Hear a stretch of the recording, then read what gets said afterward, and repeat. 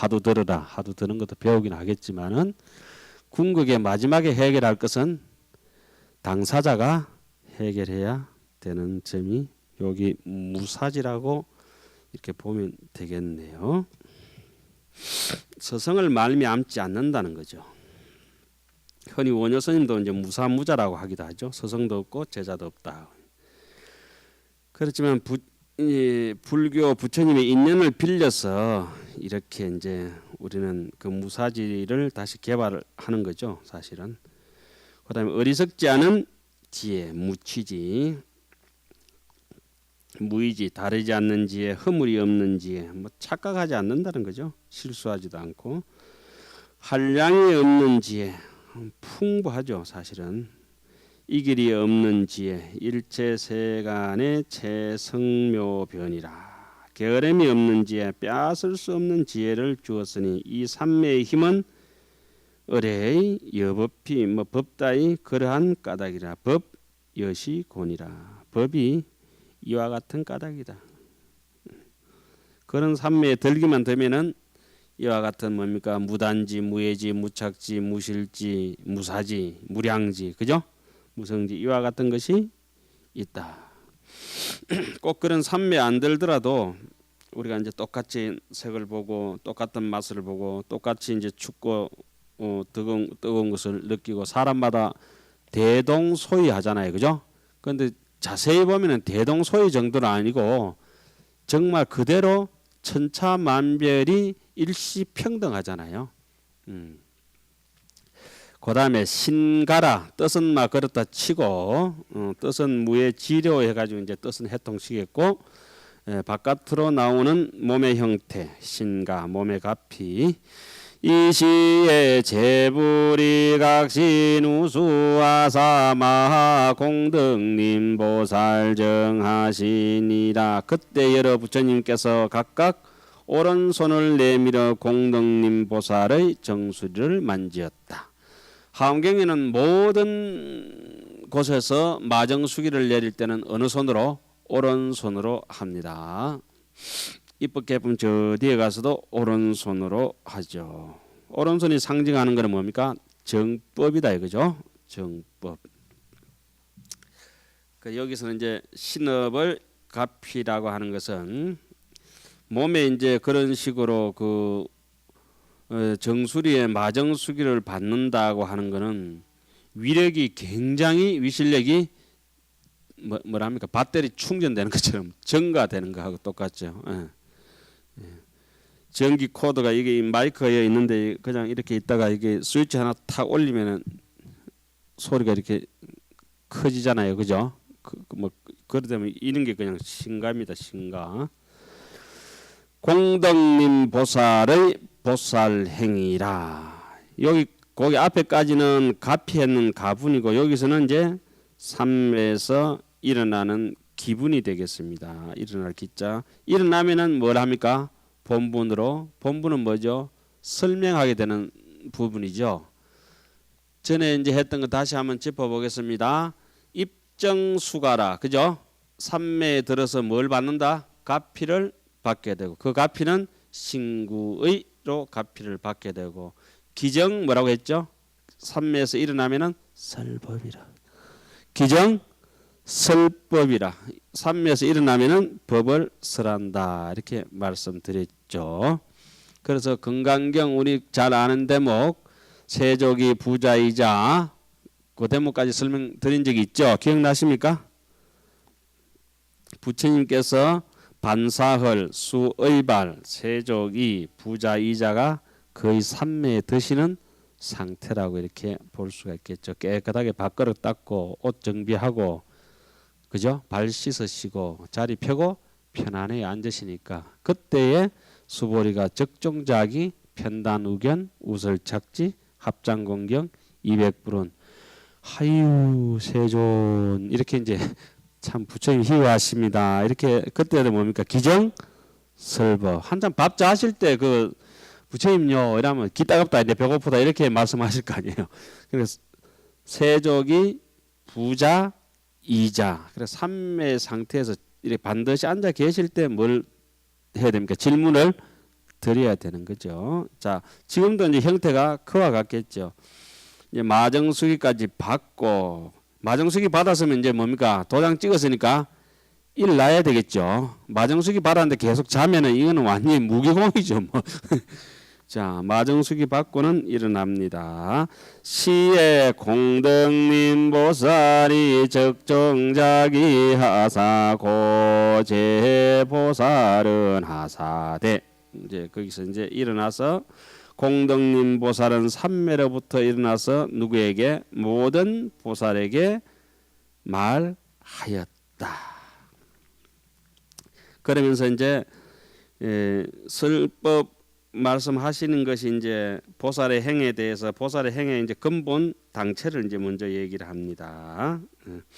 불자야 보살행이 불가사의라여 법계 흑원계로 등하니 하이고 보살마하사리 학 삼세제불하야 이수행곤이라. 불자들이여 보살의 행은 헤아릴 수 없어서 불가사의해서 법계와 허언계와 더불어서 평등하니 하니라. 무슨 까닭이냐? 보살마하살은 삼세의 모든 부처님들을 배워서 행을 닦는 까닭이리라. 10가지의 행을 이름을 그다음에 열거하다. 십종명. 앞에서는 이제 행의 그런 근본 당체에 대해서 얘기를 하고 여기서는 행의 모양에 대해서 얘기를 하겠죠. 체라고 하는 것은 뭡니까? 보살은 삼세 제불의 행을 그대로 닦는 연고다. 이게 이제 보살 행의 주체죠. 당체. 그러면 그 수행하는 모양들은 어떻게 생겨 먹었느냐 이렇게 또 나올 거 아닙니까? 그 뒤에 내용입니다. 10가지 이름이다. 불자야 하등이시 보살마하살 행고 불자야 보살마하살이 유십종행하야 삼세제불지소 선설이시 하등이위시까 일자는 한이행이요 이자는 요익행이요 삼자는 무위역행이요 사자는 무굴료행이요 오자는 무칠안행이요 육자는 선연행이요 칠자는 무착행이요 팔자는 난득행이요 구자는 선법행이요 십자는 진실행이니 시위십이니라. 불자들이여 어떤 것을 보살마살의 행이라고 행상이라고 행의 그런 모양이라고 하는가. 불자야 보살마살이 10가지의 행의 모양이 있는데 삼세의 모든 부처님의 부처님께서 말씀하시는 것이다. 무엇이 10가지이냐? 첫째는 일자는 한이행이라. 한이행이라고 하는 것은 자 여기서 10가지 행이 쭉 나오면 어디에 배대를 치면은 딱 맞아 떨어지겠습니까? 십바라밀. 그는 한이행이라고 하는 것은 무슨 바라밀이 먼저 들어가겠습니까? 보시 바라밀입니다. 그래서 남에게 이제 먼저 베풀어 줘서 주는 사람도 즐겁고 받는 사람도 즐거운 까닭으로 그 이름을 한이행이라고 이렇게 얘기하고 흔히 이제 한이행 할 때 법을 보시를 할 때는 3가지를 하죠. 하나는 뭡니까? 제시, 그다음에 무예시, 법시 이와 같죠. 그런데 돈을 주든지 법을 베풀어 주든지 또 남을 그 어려운 사람들을 구고군안이라 구호해주고 그 119 해가지고 119 이름 참 잘 짓는 119 구호한다고 119 낱낱이 구해준다고 119 영어는 또 이제 거꾸로 오니까 구한다 낱낱이 911 미국은 911 한국은 119 오늘에서 처음 알았네. 제가 만든 거니까 거의 정확한 겁니다. 낱낱이 구해준다. 119. 누가 참 그 전화번호를 참 잘 지었네요. 그다음에 그래 이거 뭐 그다음에 두 번째는 뭐죠? 이가는 행위요. 요익 행위라. 요익 행위라고 하는 거는 그 삼치정계를 여기 십행에서는 예를 들입니다. 섭유리, 섭중생, 섭선법행 이런 거 있잖아요. 그걸 이제 주로 이제 설명을 하게 되겠습니다. 그러니까 계율을 잘 지킴으로 해가지고 특히 삼치정계 같은 경우는 자타가 다 이익을 주는 것 아니겠습니까? 해인사 가면은 일주문 들어가면 제일 먼저 계단이 몇 개가 있겠죠? 3개.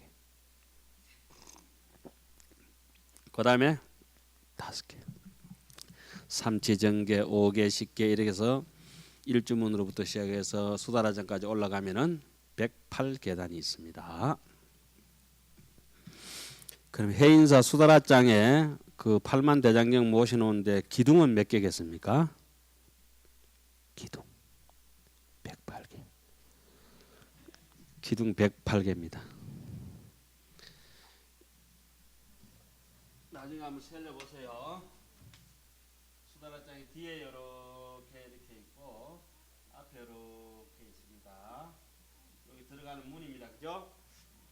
온각도량이 하천야 평근생사 적신이라 그러니까 요 문 열고 들어가잖아요. 그죠? 요 온각도량 생사 이렇게 들어가면은 그리고 옆으로 이렇게 조그만 게 있어요. 그죠? 아시죠? 그리고 기둥이 여기서 16개입니다. 요거는 하나, 둘, 세 개. 여기 16개, 여기는 3개.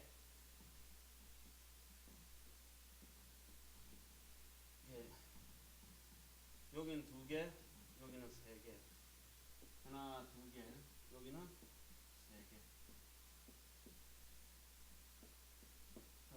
여기 몇 개죠? 전체 16개죠, 그죠? 그럼 요걸 열로 갖다 붙이면은 어떻게 됩니까? 열로 갖다 붙이면은 2개니까 18개 아니에요, 그죠? 예? 18개에 3개. 요거 열로 갖다 붙이면은 18개에 3개 되죠, 그죠? 그럼 합치면은 36개 곱하기 여기 얼마예요? 6, 3, 18 3, 6, 18 6, 6이 30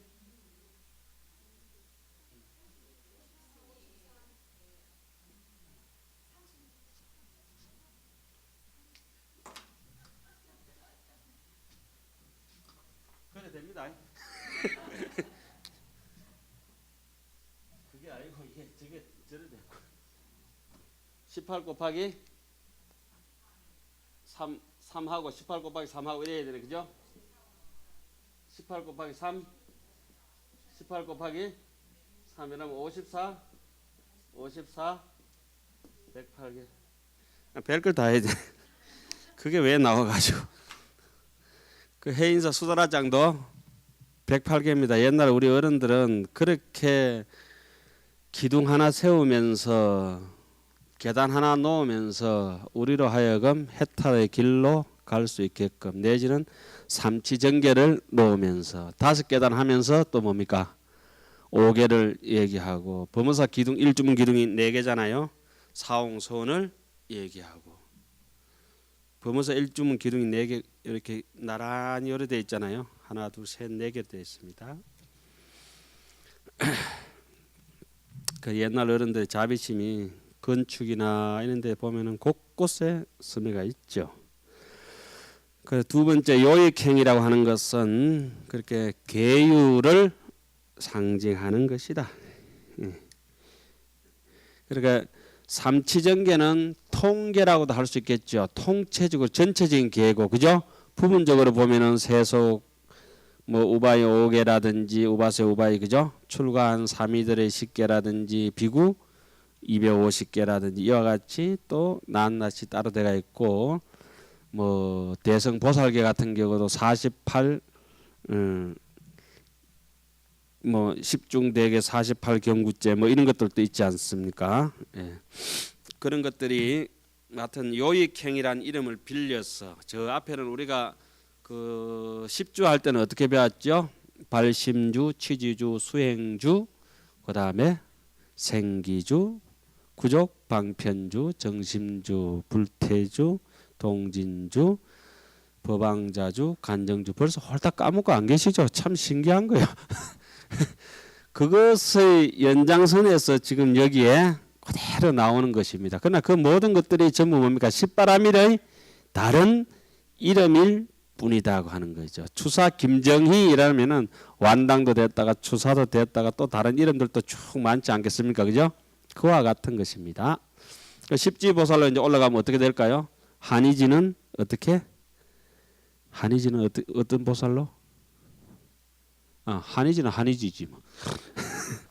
한의지, 이구지, 발광지, 염해지, 난성지, 현전지, 원행지, 부동지, 선해지, 법운지 이와 같이 되겠죠. 여기는 선해지를 갖다 여기서는 선법행 이렇게 얘기하겠죠. 말이 약간 다릅니다. 그죠? 그래도 그건 똑같습니다. 자, 감꽃이 이 나중에 감꽃이 좀 도톰하잖아요. 나중에 감 열매도 그렇게 이렇게 되듯이 그렇게 그 꽃이 그 열매의 성격하고 똑같습니다. 제가 살펴보면 인과가 똑같이 돼가 있어요. 꽃이 작으면 열매도 작고 꽃이 크면은 열매도 그만큼 이제 크게 돼가 있어요. 자, 그다음에 무위역행이라 어기는 것이 없다. 이거는 보나 안 보나 내 마음에 보다 끼는 게 없으니까 어떻겠습니까? 남이 내 눈에 거슬리는 게 없으니까 잘 참는다 이거겠죠. 난인을 능행하면은 존중예불이요 난행을 능행하면은 신경 여성이라 하는 말이 바로 무위역행이죠. 위 어길 위자 거슬릴 역자가 그러니까 위역함이 없는 행위라. 그렇게 나와 내 것에 대해서 집착이 없는 사람들은 그렇게 화가 잘 나질 않죠.